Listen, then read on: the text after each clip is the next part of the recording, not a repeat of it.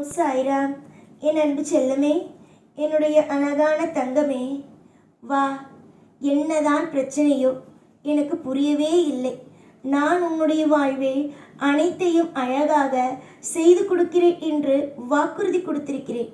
சாதாரணமாக அல்ல, உன் தாய் மீது சத்தியம் செய்து இருக்கிறேன். ஒரு பிள்ளைக்கு, ஒரு குடும்பத்திற்கு தாய்தான் முக்கியம். அப்படி நான் தாய் மீது தான் சத்தியம் செய்து இருக்கிறேன். நீ என்ன நினைக்கிறாய்? உன்னுடைய வாக்கை, அதாவது நான் உனக்கு கொடுத்த வாக்கை நல்லபடியாக நடத்தி கொடுக்க மாட்டேன் என்றா? கிடையாது, நல்லபடியாக நடத்தி கொடுப்பேன். பல விஷயத்தில் நீங்கள் போராட்டமாக இருக்கிறீர்கள். அந்த போராட்டங்கள் அனைத்தையும் நானே முடித்து வைப்பேன். ஏற்கனவே கண்ட காயங்கள் எல்லாம் எனக்கு தெரியும். அந்த காயங்கள் அனைத்தையும் மறைக்கும் அளவுக்கு, உங்களுடைய வாழ்க்கையில் நீங்கள் மறக்கும் அளவுக்கு சந்தோஷம் என்ற ஒன்றை நானே கொடுப்பேன். வளர்ச்சிகளோ இல்லை மற்ற எந்த ஒரு விஷயமாக இருந்தாலும் உன்னுடைய வாழ்க்கையில் இனிமே, நம் சாய்தான் நமக்கு கொடுத்திருக்கிறாரோ, நம்முடைய சாய்தான் நமக்கு நல்ல விஷயத்தை தந்திருக்கிறாரோ என்று நீயே நினைப்பாய். அனைத்தையும் நான் தான் உனக்கு இனி வரும் காலத்தில் செய்ய போகிறேன். வளர்ச்சிகளுக்கு ஒரு நாளும் குறை இருக்காது. இனி காசு பணத்திற்கு எப்பொழுதும் பஞ்சம் இருக்காது. காசு, பணங்கள், செல்வங்கள், செழிப்புகள், வசதிகள், வாய்ப்புகள் என்று ஒவ்வொன்றாக வரும்.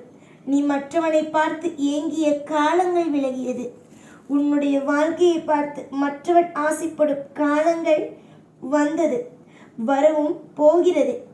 என்னடா இது, நம் வாழ்க்கையில் நடக்காத விஷயத்தை எல்லாம் சொல்லி நம்முடைய மனதை ஆறுதல் படுத்துகிறார் என்று நீ நினைக்கலாம். ஆனால் கிடையாது. உன்னுடைய வாழ்க்கையை நான் ஆறுதல் படுத்துவதற்காக வரும் தெய்வம் அல்ல. உன்னுடைய வாழ்க்கையில் ஒவ்வொரு விஷயமும் அற்புதமாக நடக்க வைக்கும் தெய்வம் நான். உனக்கு நான் இன்று ஆறுதல் கூறலாம். தினமும் சொல், நடக்கும் விஷயத்தை தானே கூற முடியும். தினமும் ஆறுதல் கூறினால் நீ அதை ஏற்பாயா? நடத்தினால்தானே நான் கூறினால் நீ நம்புவாய். இனி வரும் நாட்களில் சகலமும் கிடைக்கும். ஏன் கடன் கூட அடையும் என்றார். பார்த்துக்கொள்ளே. நீ என்னிடம் கேட்கலாம், கடனா? எனக்கு எவ்வளவு இருக்கிறது தெரியுமா என்று. இதற்கு முன்பு, அதாவது இப்பொழுது வரைக்கும் உன்னுடைய வாழ்க்கையில் இருக்கும் கடன் சுமைகளை நான் இறக்கி வைக்கிறேன். உன்னுடைய வாழ்வில் எவ்வளவு கடன் இருந்தாலும் அதை அடைக்கக்கூடிய வழிகளையும், அதை நான் உன்னுடைய வாழ்க்கையில் எப்படியெல்லாம் அந்த கடனை சரி செய்ய வேண்டும், உன்னுடைய வாழ்க்கையில் எப்படியெல்லாம் திருப்திகளை கொடுக்க வேண்டும் என்பதையும் நான் உனக்கு சொல்கிறேன். அதன்படியே நீ நடந்து கொள். ஆனால் இதற்கு பிறகு உன்னுடைய வாழ்க்கையில் நீ கடன் வாங்கக்கூடாது. அது எப்பேற்பட்ட விஷயமாக இருந்தாலும் சரி, நீ கடன் வாங்கக்கூடாது. ஆனால் மீறி வாங்கும் பட்சத்தில் உன்னுடைய வாழ்க்கையில் நான் அந்த கடனுக்கும் எனக்கும் சம்பந்தமில்லை என்று ஒதுங்குவேன். ஏன் தெரியுமா? உன்னுடைய உறவுகளுக்காக ஒரு தேவை, அதற்காக நீ கடன் வாங்குகிறாய் என்றால் அந்த தேவை முடிந்தவுடன் அந்த உறவுக்காரர்களுடைய வீட்டில் போய் எந்த கடன் கொடுத்தவனும் போய் நிற்க மாட்டான், உன்னுடைய வீட்டில் நிற்பான். அதுவே சொல், நீ செய்கிறாய், உனக்கு அவர்கள் அப்படியே திரும்ப வைப்பார்கள், நீ செய்ததை அப்படியே செய்வார்கள், திரும்ப செய்வார்கள் என்று என்னதான் அதில் இருக்கிறது? அதெல்லாம் சில நேரத்தில் செய்யாமல் சண்டை வந்து கூட சில பொருட்கள், சில விஷயங்கள் உன்னுடைய வாழ்க்கையில் வராமல் கூட போயிருக்கிறது. அதனால் நான் இந்த ஒரு விசேஷத்திற்காக இவனிடம் பணத்தை வாங்கினேன், இந்த ஒரு பணத்தை இவனிடம் கேட்டேன் என்பதையெல்லாம் கூறாமல் உன்னுடைய வாழ்க்கையில் ஒவ்வொரு நாளும், ஒவ்வொரு நிமிஷமும் நீங்கள் செய்ய வேண்டிய ஒவ்வொன்றும் உங்களுக்காக வாழுங்கள். யாருக்காகவோ வாழ்ந்து உங்களுடைய வாழ்க்கையை கெடுத்துக்கொண்டு மற்றவர்களுடைய வீட்டில் ஒரு விசேஷம் என்பதற்காக அவர்களுக்காக நீங்கள் போய் கடனை வாங்கி நஷ்டம் அடைந்து எதற்கு இதெல்லாம் என்பதுதான் என்னால் புரிந்து கொள்ள முடியவில்லை. அடுத்தவர்கள் யாரும் உன்னுடைய விசேஷத்திலேயோ எந்த ஒரு இடத்திலேயும் கடனை வாங்கி செய்ய போவது அல்ல. அவரவர்கள் ஒவ்வொரு நிலையில் இருக்கிறார்கள். நீதான் மற்றவர்களிடம் கடனை வாங்கி உன்னுடைய உறவுகளுக்கு செய்கிறாய். கேட்டால் அவர்களுக்கு மத்தியில் ஒரு கௌரவம் வேண்டும் என்று. அவர்களுக்கு மத்தியில் கௌரவம் கிடைக்கும், இல்லை என்று கூறவில்லை. ஆனால் உனக்கு பின் அவர்கள் பேசுவது என்னவென்றும் உனக்கு தெரியவில்லை. இதெல்லாம் எந்த மூளைக்கு, எதற்காக இதெல்லாம் எனக்காக எடுத்து வருகிறார்? இதெல்லாம் நான் கேட்டேனா? இந்த ஒரு விஷயத்தை எல்லாம் நான் கேட்டேனா? என்னிடம் இல்லாததா? இவளிடமே பணம் இல்லை, இவளிடமே இவ்வளவு கஷ்டம், எனக்கு என்ன? 4 பேத்துக்கு மத்தியில் மரியாதையா இவள் செய்தாள் என்றுதான் கேட்கப் போகிறார்கள். இதற்கு எதற்காக அவர்களிடம் செய்ய வேண்டும்? சரி, அவர்களுக்கு செய்கிறார், அதை அவர்கள் ஏற்றுக்கொள்கிறார்களே என்று வைத்துக்கொள். திரும்ப வீடு வந்தால் ரோட்டில் நின்று கடன்காரன் தானே கற்றப் போகிறான். உன்னுடைய நீ கொடுத்தாய் அல்லவா? அவர்கள் வந்து ஐயோ நீங்கள் ஏன் இப்படி எல்லாம் கஷ்டப்படுகிறீர்கள் என்று கேட்கவா போகிறார்கள்? ஒரே ஒரு விஷயம், நீ என்ன செய்கிறாயோ அதை உறவுகள் திரும்ப செய்யட்டும். யாருக்காகவும் கடனை மட்டும் வாங்கி எதையும் செய்து விடாதே.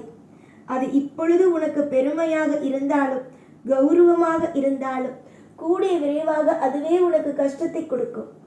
கஷ்டத்தோடு வாழ்வது ஒரு வாழ்க்கை அல்ல, சந்தோஷத்தோடு வாழ்வதுதான் வாழ்க்கை. என்ன நீ சம்பாதிக்கிறாயோ அதை வைத்து குடும்பத்தை நடத்து, அதுவே உனக்கு திருப்தியாகவே அமையும். அதை விட்டு இவன் என்னை ஏளனமாக பார்ப்பான், அவன் என்னை ஏளனமாக பார்ப்பான், 4 உறவுகளுக்கு மத்தியில் தலை குனிய வேண்டிய அவசியங்கள் வந்துவிடும் என்பதையெல்லாம் நினைக்காதே. அப்படி முடியவில்லையா அந்த உறவுகளிடம் நீ போகாதே, அவ்வளவுதான் நான் கூறுவேன். எதற்கெடுத்தாலும் மானம் மரியாதை, இந்த இடத்தில் நான் இந்த ஒரு பணத்தை வைக்கவில்லை என்றால் எனக்கு மரியாதை இருக்காது என்ற மாதிரியான வார்த்தைகளை பயன்படுத்தி இன்னொரு தடவை நீ கடனை வாங்கக்கூடாது. இதுவரைக்கும் வாங்கிய அத்தனை கடன்களையும் அடைக்கக்கூடிய அத்தனையும் நான் பார்த்து கொள்வேன். கூடிய சீக்கிரத்தில் உன்னுடைய வாழ்க்கையில் அனைத்தையும் நானே அடைப்பேன். நீ என்ன கேட்டாலும் என்னதான் கேட்டாலும் அனைத்தையும் உன்னுடைய வாழ்க்கையில் நான் அடைத்து கொடுப்பேன்.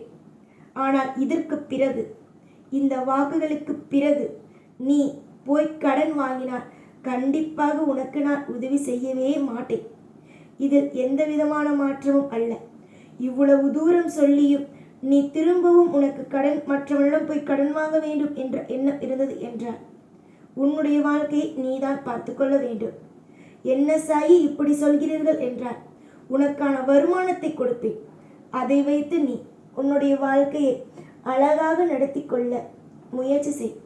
வருமானத்தை கொடுக்கவில்லை என்றால் நீ என்னிடம் பேசு, உனக்கான வருமானத்தை நான் கொடுப்பேன். அதை வைத்து உன்னுடைய வாழ்க்கையை நடத்த பழகு.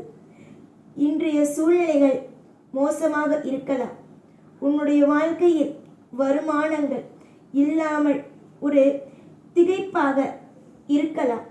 ஆனால் இதற்கு பிறகு உன்னுடைய வாழ்க்கையில் எந்த ஒரு திகைப்புகளும் எந்த ஒரு குழப்பங்களும் வராத அளவுக்கு நான் உன் வாழ்க்கையை பத்திரமாக பார்த்து கொள்வேன்.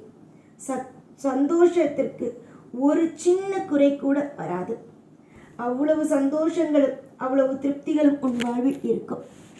எப்பொழுதும் உனக்காகவும் உன் குடும்பத்திற்காகவும் இந்த சாய் என்றுமே இருப்பேன். ஓம் சாய்ராம்.